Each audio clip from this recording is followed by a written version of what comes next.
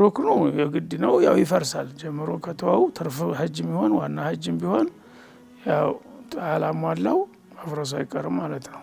እዛ ተመደበው ቦታ ኬላ ላይ ሲደረስ ኢህራም ማድረግ አለበት።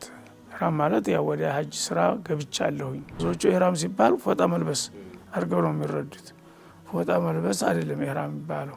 ዋና ጧፈ ዚያራውን አድርጋ ከሆነ የሐጁን የስንብቱን ትታውን ከመሄድ ትችላለች ማለት ነው። እና ያንን ጊዜ ጠብቀው ጠዋፍ ላይ ብቻ ነው የሚቆጠቡት እኮ ሌላውን ስራ የሐጅ ስራ በሙሉ መሳተፍ ይችላሉ። لبيك اللهم لبيك لبيك لا شريك لك لبيك إن الحمد والنعمة لك والملك لا شريك لك. بسم الله الرحمن الرحيم. الحمد لله رب العالمين والصلاة والسلام على أشرف الأنبياء والمرسلين نبينا محمد وعلى آله وصحبه وسلم تسليما كثيرا. أما بعد السلام عليكم ورحمة الله وبركاته. ውድ ተመልካቾቻችን ሐጅን ለመገንዘብ በሚል ከሸኻችን ከሼኽ ሰዒድ አሕመድ ሙስጠፋ ጋራ ሐጅ ጋር ተያያዥነት ያላቸውን የተለያዩ ጥያቄዎችን እያነሳን ለነዚህ ጥያቄዎች ደግሞ ሰፊ ማብራሪያዎች እየተሰጠባቸው ቆይተናል።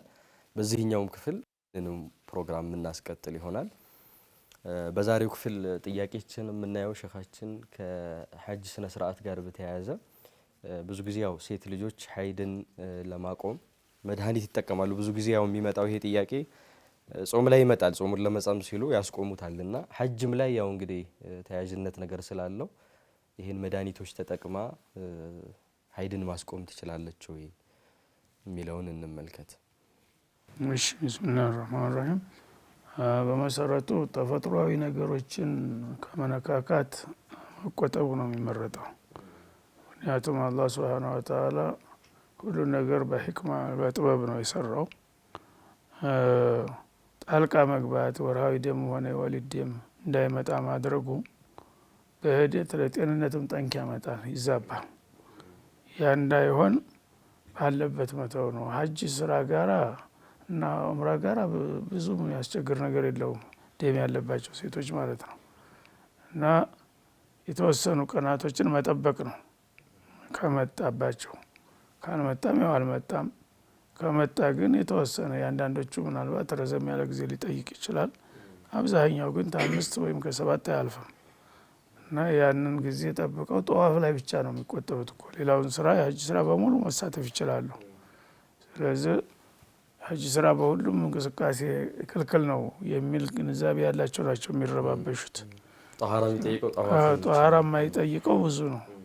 ጧሃራ የሚጠይቀው ጧዋፍ ቢልበይት ብቻ ነው።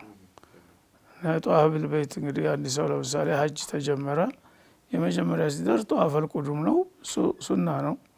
ይቀርም ምንም ችግር የሚያጎለው ነገር የለም ማለት ነው። ከዛ በኋላ ሚና ሄዶ ያድራል። የመጀመሪያው 8ኛው ቀን እዛ ሄዶ ማደር ያው መናሲክ ተጀመረ ማለት ነው። እዛ ጧሃራ ብትሆንም ባትሆንም ምንም ችግር የለም ማለት ነው።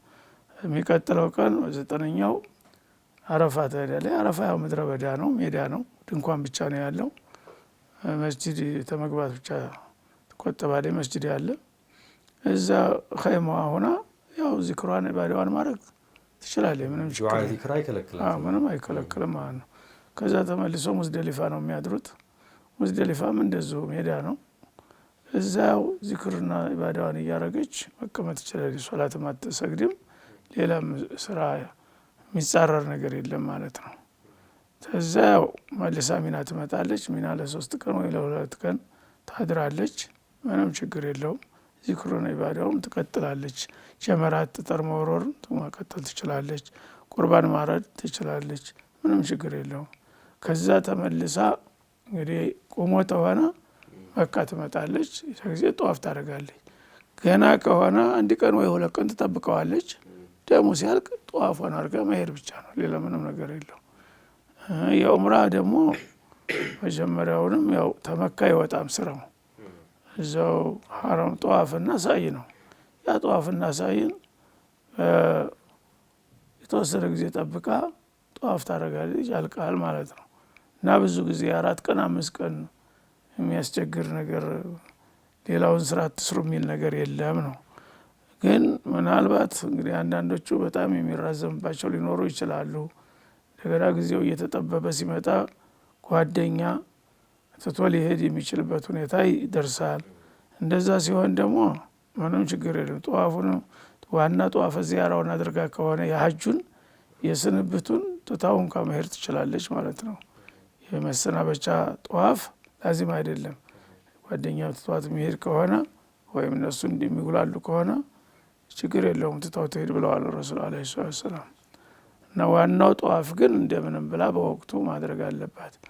ግን ይሄ ሁሉ ሆኖ አሁን የተራዘመ ጊዜ ነው እኔ ብዙ ሊያስጠብቀኝ ይችላል ካለች ያኔ ደግሞ እንደ ዑዝር ይታይና በዑዝር መልኩ የሚፈቀድበት ሁኔታ ይመጣል ማለት ነው። የተወሰነ ጊዜ ማስታገሻ ማዘግያ ታደርጋለች። ያ እንደ ማንኛውም ኖርማል ደሙ እስከሌለ ድረስ መስራት ትችላለች። ምንም ችግር የለውም። በመድኃኒትም ሆነ በተፈጥሮ እስከ ቆመ ድረስ ደሙ እስከሌለ ድረስ ችግር የለውም። ጾሙም ላይ እንደዛው ነው። ደሙ ከሌለ ያው ደሙ መኖሩ ነው የሚከለክለው። ደሙ እስከሌለ ድረስ ማድረግ ይችላሉ። ማንኛውም መልኩ ተቆመ ማለት ነው። ጀዛኩሙላሁ ኸይረን። ሌላው ከሐጅ ግዴታዎች አንፃር የተነሱ ነገሮች አሉ። ያው ብናወሳቸውም ያው ሰው ይጠቀማል። በመካከላቸውም ልዩነት ካለ ባለፈው ያው በአርካኖቹና በማዕዘንና በሱናዎቹ መካከል ያለው ልዩነት ያየ ነው። እርስ በርሱ ደግሞ ዋጅቦቹ ምናልባት ደረጃ ካላቸው ልዩነት ካላቸው እንግዲህ አርካኖቹ 4 ናቸው እንደሚታወቀው። የመጀመሪያው ኢህራም ነው። እዛ ተመደበው ቦታ ኬላ ላይ ሲደረስ ኢህራም ማድረግ አለበት። ኢህራም ማለት ያው ወደ ሐጅ ስራ ገብቻለሁኝ የሚል ውሳኔ መስጠት አለበት ማለት ነው። ዑምራም ከሆነ ወደ ዑምራ ገብቻለሁኝ ማለት የመጀመሪያ በቀልቡ ማለት ነው። በቃሉ መናገሩ ላዚም አይደለም። ያው ሱና ነው መናገር ይችላል እዛ ላይ ማለት ነው። ግን በልብ የግድ ነው። ኢህራም ሳያረግ መግባት የለበትም ማለት ነው። አሁን እዚህ ቦታ ላይ ሐጅ ስራ ጀምሬያለሁ፣ ዑምራ ስራ ጀምሬያለሁ የሚለውን በልቡ መወሰን አለበት ማለት ነው። በቃሌም ልበል ካለ ይቻላል። እዚህ ላይ ነብዩ በቃልም ብለዋልና ማለት ነው። ሶላት ጾም ላይ ግን በቃል አልተናገሩም። በልባቸው ብቻ ነው የወሰኑት። እና የመጀመሪያው ዋና ነገር ኢህራም ነው ማለት ነው። ኢህራም ቦታው ሌላ ነው። ግን ሽርጥ መልበሱ ማለት አይደለም። ብዙዎቹ ኢህራም ሲባል ፎጣ መልበስ አድርገው ነው የሚረዱት። ፎጣ መልበስ አይደለም ኢህራም የሚባለው። የኢህራም የመግባት ምልክት ነው ፎጣ እንጂ ኢህራም ማለት ውሳኔ ማለት ነው። ሐጅ ስራውን ጀመርኩኝ፣ ዑምራ ስራውን ጀመርኩኝ የሚለው ኢህራም የሆነው ያኔ እሱ ጋር የተያያዙ ነገሮች አሉ። አልባሳት መቀየር ምናምን ያ እንደ ግዴታ በዛ ደረጃ አይደለም የሚታየው ማለት ነው። ያ ዋጅብ ነው። እሱንም ማድረግ ይኖርበታል። ግን አርካን ከሚባሉት አይገባም። ልብስ አርካን ውስጥ የለም ማለት ነው። ዋጅብ የሚለው ግን ዋጅብ የሚለው ይገባል። ያም ደግሞ የሚከለክለው ነገር ከሌለ ማለት ነው። የሚከለክለው መልበስን የሚከለክለው ነገር ከሌለ ነው።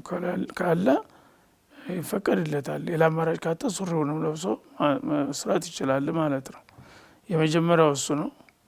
ሁለተኛው ያው ጧፈል ዚያራ ወይም ጧፈል ኢፋዷ የሚባለው ዋናው ጧፍ ማለት ነው። ተአረፋ ምላሽ የሚደረገው። ሌላው እዛው ጋር ጧፉን ሲያበቃ ደግሞ ሳይ የሚባል ሶፋና መርዋ መመላለስ ሶስተኛ ይሆናል። አራተኛውና ዋናው አረፋ ላይ መዋል ነው። አረፋ ላይ በ10ኛው ቀን ከዙሁር ጀምሮ እስከ መግሪብ ድረስ ባለው ክፍለ ጊዜ ከቻለ፣ ካልቻለ ደግሞ እስከሚቀጥለው ሌሊት እስከሚነጋም ድረስ ሌሊቱንም ጭምር መጠቀም ይችላል ማለት ነው። እና እነዚህ 4ቱ ናቸው ዋና አስኳል የሚባሉት የሐጅ ስራዎች ማለት ነው። አልሐጁ አረፋ፣ አረፋ መቆም የሐጅ ዋና መሰረቱ ነው። ቅጣትም አይጠግናቸውም። እነዚህን ታጓደለ በቀላሉም አይጠገኑም ማለት ነው። እነዚህ ነገሮች እስከሚያከናውን ድረስ የተከለከሉት ነገሮች ሁሉ መጠንቀቅ ይኖርበታል። እነዚያ የተከለከሉ ነገሮች ከመጡ እነዚህ ነገሮች ሳይጠናቀቁ ሐጁ ሊፈርስ ይችላል ማለት ነው። እስከ ማበላሸት ድረስ ይወዳል። ጠይብ በቀጣይ የምናየው ዋጅብ የሆነን የሐጅ ስነ ስርዓት ምናልባት ሰውየው ሐጅ ሲፈጽም የመጀመሪያው ሊሆን ይችላል ግዴታ የሆነው ሐጅ ይኖራል። ከዛ በኋላ ያው ደጋግሞ ሁለተኛ ሶስተኛ የሚያረጋቸው ተጠው የሆኑ ይኖራሉ ግዴታ የሆኑ ማለት ነው። ሐጅን ከጀመረ በኋላ መተው እንዴት ነው ማለት ጀምሮ በሆነ ሁኔታ ትቶት የሐጁን ስነ ስርዓት ወይ ወደ ሀገሩ መመለስ ወይ ዋጅባቱል ሐጅ ሳያሟላ ሩክኖችን ትቶት ነው ሩክኑ የግድ ነው ያው ይፈርሳል። ጀምሮ ከተዋው ትርፍ ሐጅም ቢሆን ዋና ሐጅም ቢሆን ያው አላሟላው መፍረሱ አይቀርም ማለት ነው። ዋጅባቶችም ቢሆን አውቆ መተው የለበትም። አታረስቻለሁ ማለት አይችልም። ምክንያቱም ሰዎች እየሰሩ እያየ ነው። ስለዚህ ዋጅባትንም ትቶ ከመጣ ከጓሏል ሐጁ አይፈርስም። ዋጅባትን በመተው ግን ይቀጣል ማለት ነው። እያንዳንዱ ዋጅባት ከተው አንዳንድ በግ ማረድ ይኖርበታል ማለት ነው። መልሶ ብዙ ርቆ ሳይሄድ ወዲያውኑ ሄዶ ካሟላ ችግር የለውም። ግን ሙሉ በሙሉ ትቶት ከመጣ ረስቶ መሆን አውቆ ያው በግ ማረድ እዛው መካ ላይ ግዴታ ነው ማለት ነው። ከሱናው ጋር ይያያዛል። አሁን አንዳንድ ሰዎች ከሰላት ጋርም ስለሚያያይዙ ያው ግዴታ ሰላት ከጀመረ ማቋረጥ የለበትም። ሱናው ላይ ግን በተለያየ ምክንያት የሚያቋርጥባቸው ሁኔታዎች አሉ ወይ ሌላ ሰላት ግዴታ ሰላት ሲመጣና መጀመሪያ ኢባዳ ላይ ቂያስ አይደረግም። ኢባዳ ላይ ቂያስ ስህተት ነው። ኢባዳ ለራሱ ወጥ የሆነ መመሪያ አለው ያንዳንዱ አዎ እና በሌላ ቀይሰህ እንደዚህ ይደረጋልና እንዲህ ቦታ በዚህ ቦታ እንዲህ ላድርገው በሚል አይከድም ማለት ነው። ኢባዳ በአጠቃላይ ያው ተውቂፊ ይባላል። ቀጥታ እንደመጣ ነው የሚደረገው እንጂ በፊክር በሀሳብ በጥናት በምርምር የምታመጣው ኢባዳ የለም ማለት ነው። እና አንዳንዶቹ የዚህ አይነት ስሜት ያላቸው አሉ መዛሂቦች ውስጥ ዝም ብለው እነሱ እያለ እነሱንም ሳያጣሩ በአስተያየት እንደዛ አድርገህ በዚህ ቀይሰ ምናምን የሚባል ስተት አለ። ኹዙ አኒ መናሲከኩም የሚሉት እኮ ለዚህ ነው። ረሱል ዐለይሂ ሰላም ቀጥታ እኔ የማደርገውን እንቅስቃሴ ከመነሻ እስከ መድረሻው ውረሱ ነው እንጂ ያሉት አስተያየት አድርጉ ብለው ክፍት አላደረጉ ማለት ነው። ስለዚህ የታዘዙትን ነገሮች በሩክንም ደረጃ የሆኑ በዋጅብም ደረጃ የሆኑ በሱናም ደረጃ የሆኑ በቻልከው መጠን ማድረግ አለብህ ማለት ነው። ያው አርካኖቹ ላይ ድርድር የለም። እነሱ ካልተሟሉ ያው እንደሚፈርስ ነው ማለት ነው። ታቅም በላይ የሆነ ችግር ስለሌለ አደጋ ይደርሳል። ለምሳሌ ይታመማል አንድ ሰው ሐኪም ቤት ይገባል በመካከል ያ አይፈርስበትም። በተወሰነ የሰራውን ሰርቷል የተረፈውን አላህ አፉ ሊለው ይችላል ማለት ነው። ተቁላህ መስተጧቱም ስለሆነ ግን ጦቢዒ በሆነ መልኩ አንተ በስንፍና በእንትን ታጓደልከው ተጠያቂ ነህ። የሚጠገነውን ትጠግናለህ። የማይጠገን ከሆነ ደግሞ ሐጁ ይወድቅና እንደገና ሌላ ሐጅ መተኪያ ያስፈልገዋል ማለት ነው። ውድ ተመልካቾቻችን በተከታታይ ከሐጅ ጋር የተያያዙ ጥያቄዎችን እያነሳን ቆይተናል።